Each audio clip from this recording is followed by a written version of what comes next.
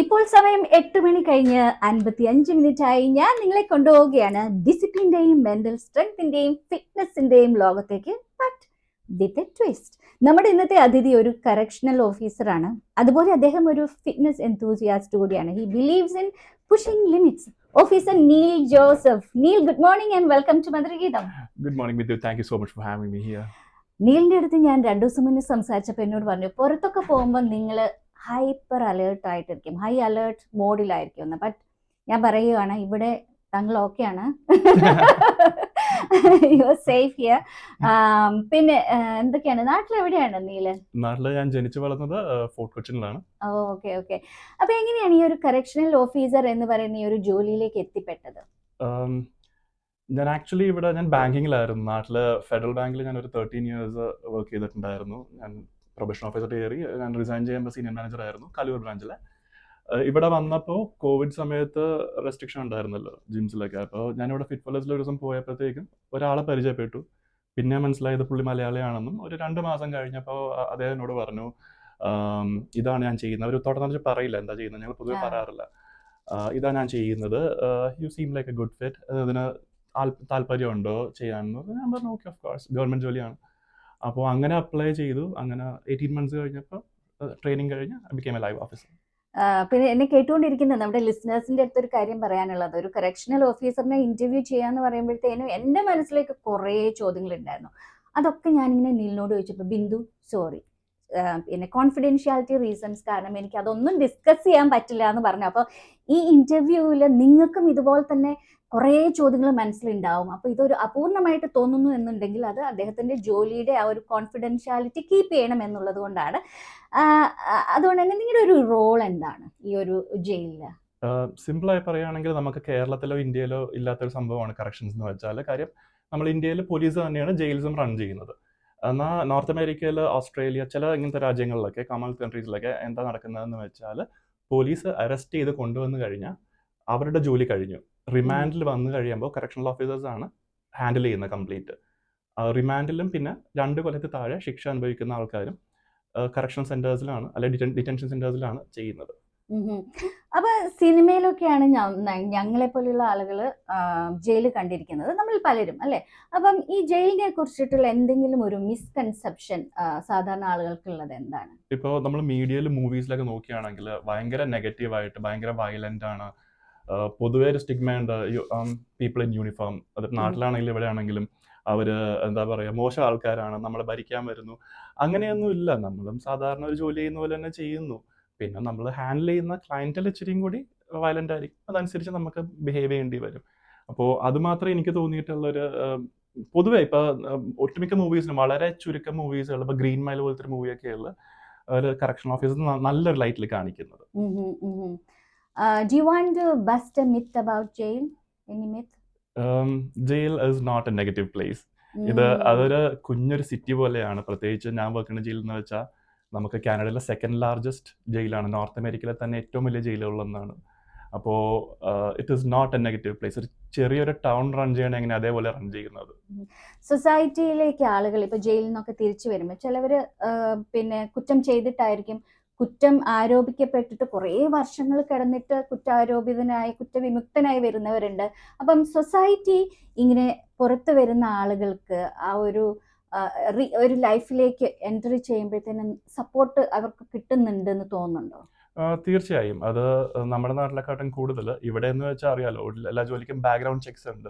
അപ്പൊ ചില ജോലികൾ ഒഴിച്ച് ബാക്കി എല്ലാത്തിനും ഗവൺമെന്റ് തന്നെ അവരെ സഹായിക്കുന്നുണ്ട്. വെൽഫെയർ ഓഫീസേഴ്സ് ഉണ്ട്, ഇന്റഗ്രേഷൻ ഓഫീസേഴ്സ് ഉണ്ട്, അതൊരു ആക്ച്വൽ ടേം അവരുടെ.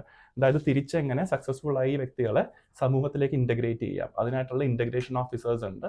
ചിലവർ അവിടെ ഇരുന്ന് തന്നെ നമുക്ക് ഗവൺമെന്റ് പെയ്ഡ് ആയിട്ടുള്ള കോഴ്സുകൾ, സ്കൂളിംഗ് കംപ്ലീറ്റ് ചെയ്യാം. അപ്പൊ പലവരും സക്സസ്ഫുൾ ആയിട്ട് തിരിച്ചു പോയി നല്ല രീതിയിൽ ജീവിതം നയിക്കുന്ന ഒരുപാട് പേരുണ്ട്. ഇങ്ങനെ ഒരു പ്രൊഫഷനിലേക്ക് വരാൻ ആഗ്രഹിക്കുന്ന ആളുകളുടെ അടുത്ത് എന്താ പറയാനുള്ളത്? ഞാൻ പറഞ്ഞില്ല, എന്റെ ബാക്ക്ഗ്രൗണ്ട് ബാങ്കിങ് ആയിരുന്നു. ഞാൻ ഔട്ട് ഓഫ് ദ ബ്ലൂ വന്നത്. പക്ഷേ ഈ ഇതിലേക്ക് വരാൻ താല്പര്യം ഉണ്ടെങ്കിൽ നമുക്ക് പോലീസ് ഫൗണ്ടേഷൻസ് കോഴ്സ് ഉണ്ട്. ഇവിടെ മേജർ കോളേജസ് എല്ലാം ഓഫർ ചെയ്യുന്നുണ്ട് പോലീസ് ഫൗണ്ടേഷൻസ് കോഴ്സ്. 2 ഇയേഴ്സ് ആണ് എൻ്റെ അറിവ് ശരിയാണെങ്കിൽ 2 ഇയേഴ്സ് ആണ് അതിൻ്റെ ഡ്യൂറേഷൻ. അത് നിർബന്ധമല്ല, it's not a prerequisite. അത് ഇറ്റ്സ് ബെനിഫിഷ്യൽ. പഠിച്ചിരുന്ന കുറെ കൂടി നല്ലതാണ്. അല്ലെങ്കിൽ ക്രിമിനോളജി എടുത്തു കഴിഞ്ഞാലും ഒരുപാട് law enforcement opportunities open up ആവും. നിങ്ങളുടെ ജോലി എന്ന് പറയുന്നത് വളരെ സ്ട്രെസ്ഫുൾ ആയിട്ട് ഫിസിക്കലി ആൻഡ് മെന്റലി. അപ്പം ഞാൻ വായിച്ചറിഞ്ഞ ചില കണക്കുകളൊക്കെ ഉണ്ട്. അതായത് 33.5 of all assaults in prison and jails are committed by inmates against staff. അതിനെക്കുറിച്ച് എന്തെങ്കിലും കമന്റ് ചെയ്യാൻ പറ്റുമോ? തീർച്ചയായും. കാര്യം നമ്മൾ ഡീൽ ചെയ്യുന്നത്, ഒരു പോലീസ് ഓഫീസർ ഡീൽ ചെയ്യുന്നത് 95% of the time general public ആയിട്ടായിരിക്കും. നമ്മളെയൊക്കെ പോലെ സാധാരണ ആൾക്കാരായിട്ടാണ് ഡീൽ ചെയ്യുന്നത്. വളരെ ചുരുക്കം 5% ഓഫ് ടൈംസ് അവർ ഒരു ഡേഞ്ചർ സിറ്റുവേഷനിലേക്ക് പോവുള്ളൂ. പക്ഷേ ആ 5% എക്സ്ട്രീം ഡേഞ്ചർ ആയിരിക്കും. ഞങ്ങൾ ഓൺ ദ അതർ ഹാൻഡ് 24 മണി നമ്മൾ ജോലി ചെയ്യുന്ന അത്ര സമയം നമ്മൾ ഡീൽ ചെയ്യുന്നത് പബ്ലിക് ആയിട്ടല്ല. അപ്പോൾ എൻ്റെ നേരെ അസോൾട്ട് ഉണ്ടായിട്ടുണ്ട്, ഐ ഹാവ് ബീൻ അസോൾട്ടഡ്. പക്ഷേ നമുക്ക് ട്രെയിനിങ് കണ്ടെത്താ ചെയ്യേണ്ടതെന്ന്. അതുപോലെ തന്നെ on average A correctional officer will live only 18 months after retirement. അതെ, അത് PTSD, post traumatic stress disorder വളരെ വളരെ കൂടുതലാണ് കറക്ഷൻ ഓഫീസേഴ്സിന്. കാര്യം ഞാൻ പറഞ്ഞ പോലെ നേരത്തെ ഫുൾ ടൈം നമ്മൾ ഹൈപ്പർ അലേർട്ട് ആയിരിക്കും.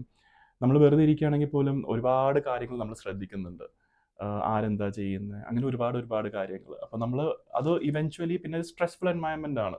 നമ്മളത് ഇവൻച്വലി അത് നമ്മൾ എന്താ പറയുക, നമ്മുടെ മൈൻഡിനെ അത് എഫക്റ്റ് ചെയ്യും. അതുകൊണ്ട് തന്നെ മിക്കവാറും നമുക്ക് ഓഫ് 2 ദിവസം വർക്കിംഗ്, 1 ദിവസം ഓഫ്. കാര്യം കണ്ടിന്യൂസ് ആയിട്ട് വർക്ക് ചെയ്യിക്കില്ല അവർ നമ്മളെ. അതുപോലെ 39% ഹയർ സൂയിസൈഡ് റേറ്റ് നിങ്ങളുടെ കറക്ഷണൽ ഓഫീസേഴ്സിലുണ്ട്. അതെ, കാര്യം ഫോർ വൺ, ഇത് ഒരുപാട് പേർക്ക് അറിയില്ല എന്താണ് കറക്ഷൻസ് അല്ലേ. ഒരു അൺഅപ്രീഷിയേറ്റഡ് ജോബാണ്. ഞങ്ങൾ പുറത്ത് യൂണിഫോമിൽ ഉണ്ടാകാറില്ല. നമ്മൾ ഇൻസൈഡ് ദ ജയിൽ മാത്രമേ യൂണിഫോമിൽ, ആകെ പുറത്ത് യൂണിഫോമിൽ പോകുന്നത് നമ്മൾ ഹോസ്പിറ്റൽസിൽ പോകാൻ നേരത്തോ അല്ലെങ്കിൽ കോടതിയിലൊക്കെ പോകാൻ നേരത്ത് മാത്രമേ നമ്മൾ യൂണിഫോമിൽ പുറത്ത് വരുന്നുള്ളൂ. അപ്പോൾ ഒരുപാട് അൺഅപ്രീഷിയേറ്റഡ് ജോബായത്. അപ്പോൾ നമ്മൾ ഒത്തിരി ചെയ്തിട്ടും ആരും നമ്മൾ റെക്കഗ്നൈസ് ചെയ്യുന്നില്ല, അങ്ങനെ ഇങ്ങനെയൊക്കെ ആയിട്ട്. പിന്നെ നമ്മൾ കാണുന്നത് വയലൻസ് ആണല്ലോ. ആൾക്കാരുടെ ഹിസ്റ്ററി അന്വേഷിച്ചാലും അങ്ങനത്തെ ക്രൈംസ് ആയിരിക്കും ചിലപ്പോൾ. അപ്പോൾ അത് ഇവൻച്വലി നമ്മുടെ മൈൻഡിനെ എഫക്റ്റ് ചെയ്യും. അപ്പൊ ഇവരെ ഡീൽ ചെയ്യുമ്പോഴത്തേനും, ഞാൻ ഇപ്പം ഒരു സാധാരണക്കാരന്റെ മനസ്സിൽ ഇപ്പം നമ്മൾ നോക്കുമ്പോഴത്തേനും ഒരു കുറ്റം ചെയ്ത ഒരാളാണ്. അപ്പൊ നമുക്ക് നമ്മുടെ മനസ്സിലൊരു ഒരു ഇത് വെച്ചിട്ട് നമ്മൾ അവരോട് ബിഹേവ് ചെയ്യുക. എങ്ങനെയാണ് നിങ്ങൾ അവരെ ട്രീറ്റ് ചെയ്യുന്നത്? നമ്മുടെ പ്രൈമറി ഡ്യൂട്ടി എന്ന് വെച്ചാൽ കെയർ ആൻഡ് കസ്റ്റഡി ആണ്.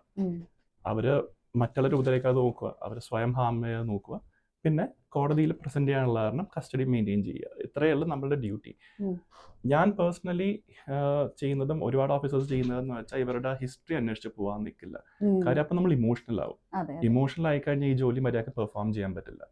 അപ്പം നമ്മൾ പോളിസി അനുസരിച്ച് എന്താ ഗവൺമെന്റ് പറയണ ആ റൂൾസ് അനുസരിച്ച് ചെയ്യാൻ നോക്കുന്നതുകൊണ്ട് തന്നെ, പിന്നെ ഞാൻ ജഡ്ജ് അല്ല. ഇവൻ കുറ്റം ചെയ്തോ, ഇയാൾ ചെയ്തിട്ടുണ്ട്, അത് തീരുമാനിക്കേണ്ടത് ഞാനല്ല, ഒരു ജഡ്ജല്ല തീരുമാനിക്കേണ്ടത്. അപ്പൊ പൊതുവെ അങ്ങനെ ചെയ്യാൻ നോക്കാറില്ല. അപ്പൊ അവരെങ്ങനെയാണ് നിങ്ങളോട് ബിഹേവ് ചെയ്യുന്നതിനനുസരിച്ചാണോ അങ്ങോട്ടേക്കുള്ള ഒരു ആസ് യു ക്യാൻ ഇമാജിൻ, ഇതൊരു വയലന്റ് അറ്റ്മോസ്ഫിയർ ആണ്. അപ്പൊ അതുകൊണ്ട് തന്നെ പലപ്പോഴും, എപ്പോഴും അല്ല കേട്ടോ, ആസ് ഇൻ എനി ജോബ് നമുക്കൊരു ഗുഡ് ഡേയും ബാഡ് ഡേ ഏത് ജോലിക്കായാലും ഉണ്ടാകില്ലേ, അതുപോലെ തന്നെ. അപ്പോൾ നമ്മളോട് എങ്ങനെ ബിഹേവ് ചെയ്യുന്ന, കംപ്ലൈൻ്റ് ആണെങ്കിൽ നമ്മൾ കംപ്ലൈൻ്റ് ആയിട്ട് തന്നെ അവരെ മാക്സിമം ഹെൽപ്പ് ചെയ്യാനേ നോക്കുകയുള്ളൂ. ചില സിറ്റുവേഷൻസിൽ നമ്മൾ ഒരു ഫോഴ്സ് യൂസ് ചെയ്യുന്നത്, ഞാനാണെങ്കിലും ശരി, ഏതൊരു ലോ എൻഫോഴ്സ്മെന്റ് ഓഫീസറും ശരി, ലാസ്റ്റ് റിസോർട്ടാണ്. ഒരു വഴിയില്ല, ഇനി നമുക്ക് ഒരു രക്ഷയില്ല, ഇത് ചെയ്തേ പറ്റുള്ളൂ, അല്ലെങ്കിൽ he is going to harm summon or harm me, അങ്ങനത്തെ, അല്ലെങ്കിൽ എൻ്റെ പാർട്ട്ണറിനെ ഹാം ചെയ്യാൻ നോക്കുന്നു, അപ്പോൾ മാത്രമേ നമ്മൾ ഫോഴ്സ് യൂസ് ചെയ്യുള്ളൂ. അല്ലെങ്കിൽ നമ്മൾ നോർമൽ ഡേ പോലെ തന്നെയാണ്. ഓക്കെ. അപ്പം നിങ്ങൾക്കുള്ള ഒരു സപ്പോർട്ട് സിസ്റ്റം എങ്ങനെയാണ് കറക്ഷണൽ ഓഫീസേഴ്സിനുള്ളത്? നമുക്ക് ഉള്ളതെന്ന് വെച്ചാൽ പിയർ സപ്പോർട്ട് പ്രോഗ്രാം ഉണ്ട്. നമുക്ക് അറ്റ് എനി പോയിന്റ് നമുക്ക് തോന്നുവാണ് ഓക്കെ എനിക്ക് ചെയ്യാൻ പറ്റുന്നില്ല, ഇത് എനിക്ക് ടൈം ഓഫ് വേണം, നമുക്ക് അവിടെ കൗൺസിലിങ്ങും ഇൻ ഹൗസ് തന്നെ പ്രൊവൈഡ് ചെയ്യുന്നുണ്ട് അവർ. പ്ലസ് നമുക്ക് ആസ് വിത്ത് എനി അതർ എന്താ പറയുക, ഫിസിക്കലി ഇൻവോൾവ് ആയിട്ടുള്ള ജോബ് ആണെങ്കിൽ WSIB ഉണ്ട്, നമുക്കത് ടൈം ഓഫ് എടുക്കാം. അതാണ് മെയിനായിട്ട് തരുന്നത്. ഓക്കെ. അപ്പം നമുക്കിനി ഒരു ചെറിയൊരു വളരെ ഇന്റൻസ് ആയിട്ടുള്ള ഇൻസൈറ്റ്ഫുൾ ആയിട്ടുള്ള ഒരു കോൺവെർസേഷൻ ആയിരുന്നു. പക്ഷെ ചെറിയൊരു റാപ്പിഡ് ഫയർ നോക്കട്ടെ എന്തെങ്കിലുമൊക്കെ എനിക്ക് കിട്ടുമെന്നുള്ളത്. First word that comes to your mind when you hear the word jail? Security. Okay. Tea or coffee at night shift? Coffee. Best part of your job in one word? Serving the society. Discipline or empathy? What is tougher to maintain? Discipline. Do you believe in second chances? Yes. Strict or chill? Inmates എന്താണ് നേരിനെ കുറിച്ച് ചിന്തിക്കുന്നത്? Somewhere in between I would say. Okay okay. അപ്പോൾ നമുക്കിനി ഒരു പാട്ട് കേട്ടാലോ? ഞാൻ പാട്ടിനെ കുറിച്ച് പറഞ്ഞപ്പോൾ നീലാണ് എനിക്ക് കുമ്പളങ്ങി നൈറ്റ്സിലെ പാട്ട് സജസ്റ്റ് ചെയ്തത്. അപ്പോൾ എനിക്ക് ആ ഒരു കുമ്പളങ്ങി നൈറ്റ്സിലെ പാട്ട്, കുമ്പളങ്ങിയുമായിട്ടുള്ള ആ ഒരു ബന്ധം എന്താണ്?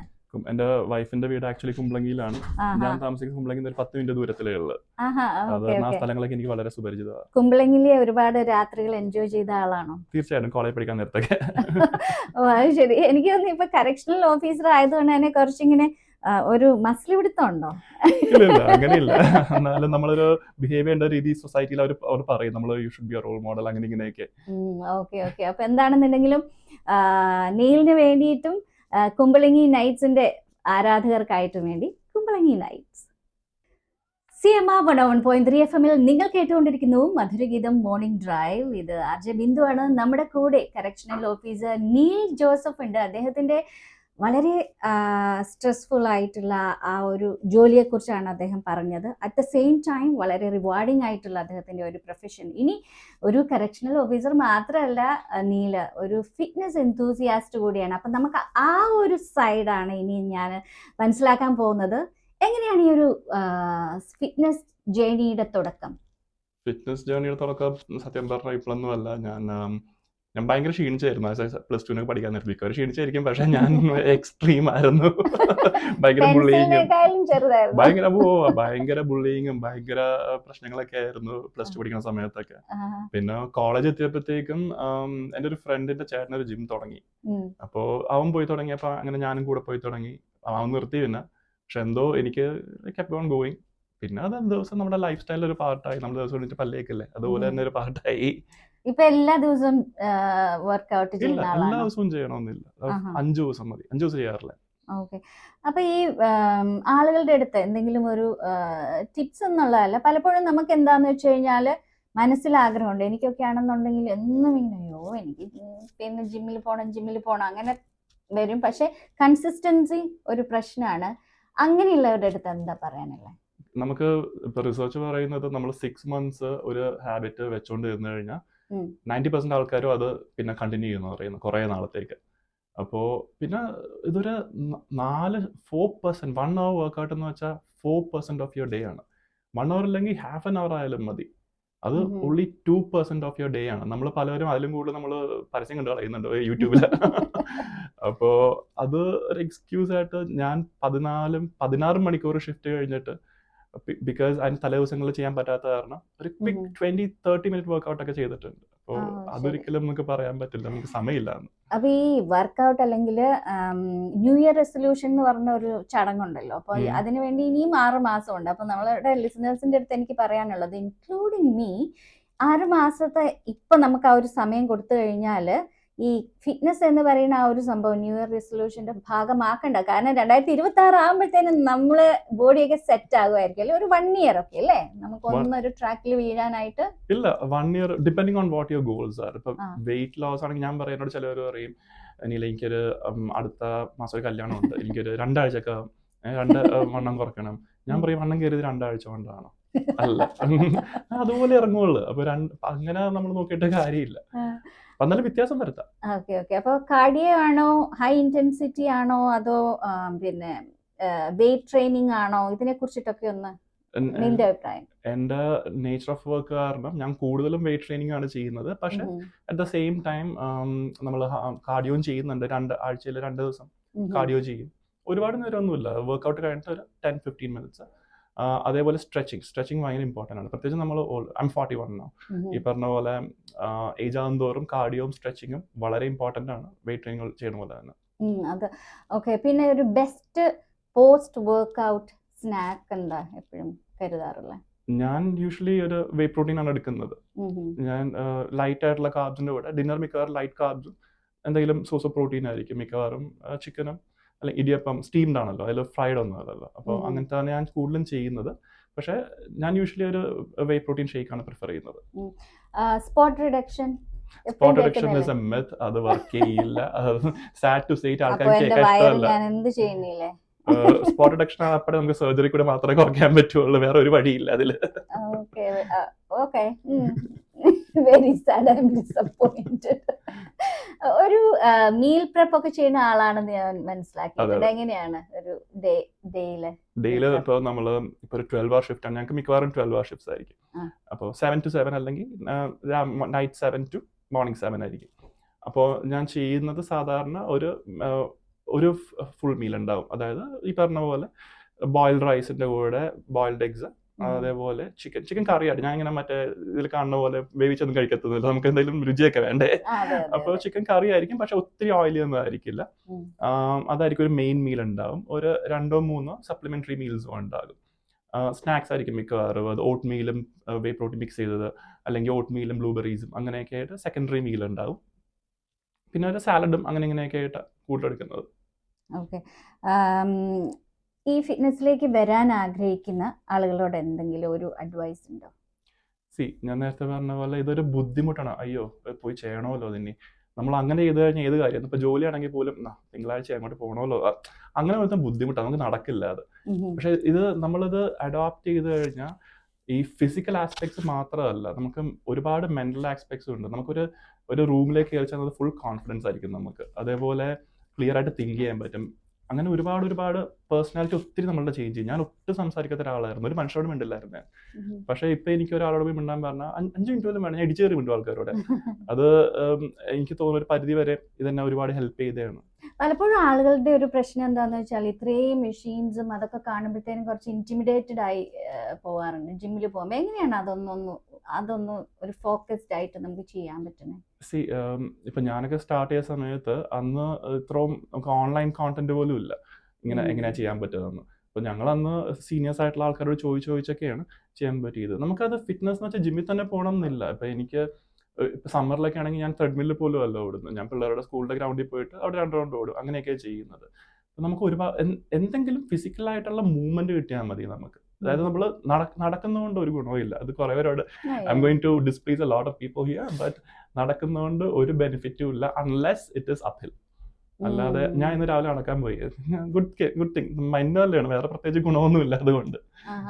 അപ്പൊ പിന്നെ പവർ വാക്ക് ആണെങ്കിലോ, ബ്രിസ്ക് വാക്ക് ആണെങ്കിൽ നമുക്ക് സ്വെറ്റ് ചെയ്യണം നമ്മൾ. അപ്പൊ അതാണ് മെയിൻ ആയിട്ട് ഉദ്ദേശിക്കുന്നത്. അതുകൊണ്ട് എന്തെങ്കിലും ഗുണമുള്ളൂ, വേർക്കാതെ ഒന്നും നേടാൻ പറ്റില്ല. അൺഫോർച്ചുനേറ്റ്ലി ഇല്ല. എനിക്കാണ് വേർപ്പിന്റെ അസുഖമുണ്ട്. എനിവേ നീൽ, നല്ല രസമായിരുന്നു നീലിന്റെ അടുത്ത് സംസാരിക്കാൻ. And thank you so much for joining with us. 2 കാര്യം എടുത്തു പറയേണ്ടതുണ്ട്. അതായത് കമ്മ്യൂണിറ്റി സേഫ് ആക്കി വെക്കുന്നതിന് നിങ്ങളെപ്പോലെയുള്ള ഓഫീസേഴ്സ് എടുക്കുന്ന ആ ഒരു എഫേർട്ട് ഞങ്ങൾ മനസ്സിലാക്കുന്നു. Thank you and deep respect. പിന്നെ മറ്റൊരു കാര്യം എന്ന് വെച്ചാൽ ഇപ്പം ഈ ഫിറ്റ്നസിന്റെ കാര്യം പറഞ്ഞതുകൊണ്ട് തന്നെ it's never about having time, it's about making time for yourself. അതാണ് നീൽ ഇന്നിവിടെ പറഞ്ഞു വെച്ചത്. അപ്പോൾ once again thank you so much. Thank you for your service. Stay safe. Thank you so much for having me here.